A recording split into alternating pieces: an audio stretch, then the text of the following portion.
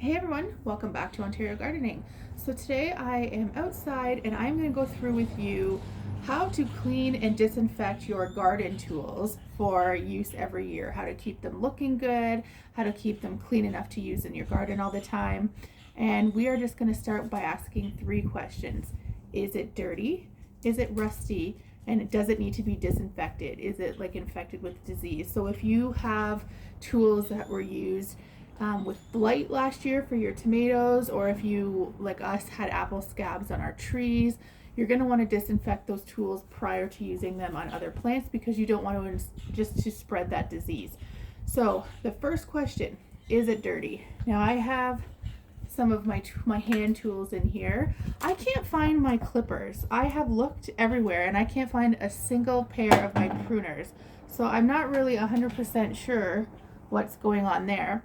But we're just going to take a tool, for example, and we'll start. So first question, is it dirty? If the answer is yes, we're going to clean it.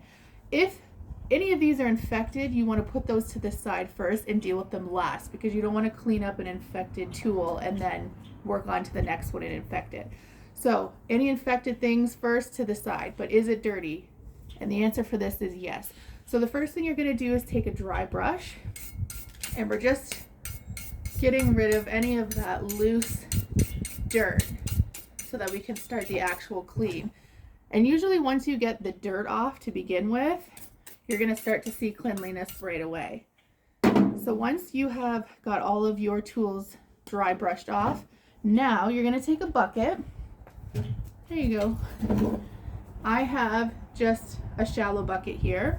And you're just going to wash with soap and water. So I recommend degreasing dish soap. This is going to help get rid of some of the stubborn dirt. And you're going to go ahead and you're going to add some water. I'm also playing fetch with the 10-month-old puppy at the same time, so just bear with me. But you're going to use that. I've got some water outside with me and we're just going to wash up the tools. So there's no secret sauce to that. It's just use some soap, use some water, and go ahead and wash those up. Now, once they are clean, you want to really make sure you are drying them well. We don't want to make rust. We just want to get rid of any pre-existing rust. So make sure that you're drying off your tools really well when you're done. So that's the metal, the handles, especially if you have some wood, you want to make sure those are very dry and make sure that you're putting them away as dry as possible. Leaving them out in the sun on a sunny day like today would be ideal even after you've dried them, just to make sure they're very, very well dried out. So are they clean? Now they're clean. Now you're looking to see if any of them have rust. So some of my tools do have some pretty heavy rust, and you have 3 ways to combat those. The first 2 are natural. So if you have a lighter rust on your product, you can simply take a wool pad. I just get these at the dollar store. You can take a wool pad and some mineral oil and scratch off the rust. Mineral oil is harder to find as opposed to just going to the store and getting baby oil. So like a baby oil that you would use with your children, that is a diversion of mineral oil that is perfectly fine and a much cheaper alternative to use. So you would start and you would just take the mineral oil on your scrubby pad and you would go ahead and scrub it off. So if you're finding that it's a little bit more stubborn than that, you have the option to do a salt and vinegar soak. So you would basically take a 1/4 cup of just table salt and you would take a liter of just white distilled vinegar, mix that around in your container, and you're going to go ahead and soak those for about 10 minutes. And again, use your wool pad to scrub it off. If you're still seeing stubborn rust, you can also use a baking powder solution. So you're basically just making, 1 second please. Sorry friends. So you're going to use a baking soda paste. So it's literally just some baking soda and water. You would add a little bit of water to it, to your baking soda, make a paste, put the paste all on your tool, just coating it up and letting that sit for I would say about half an hour and trying it that way.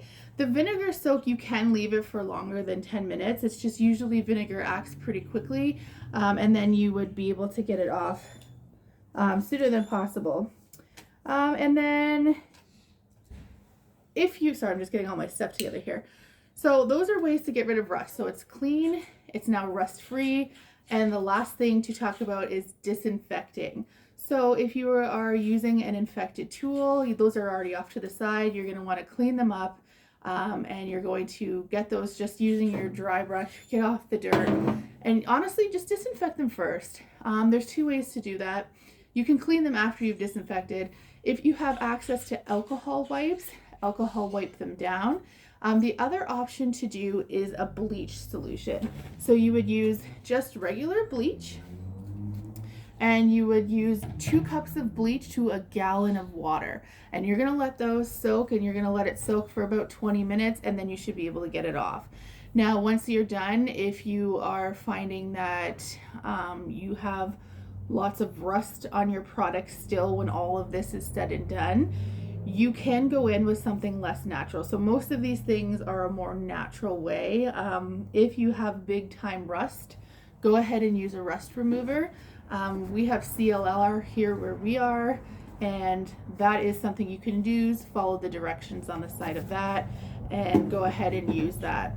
The last thing you can do when getting your tools ready for the next season, and again, after all of these steps, you're making sure that they're really dry, is you can actually oil up your wood. So if you have any tools with wood handles, even big shovels, anything, rakes, anything like that, you can oil up their handles or make their handles better.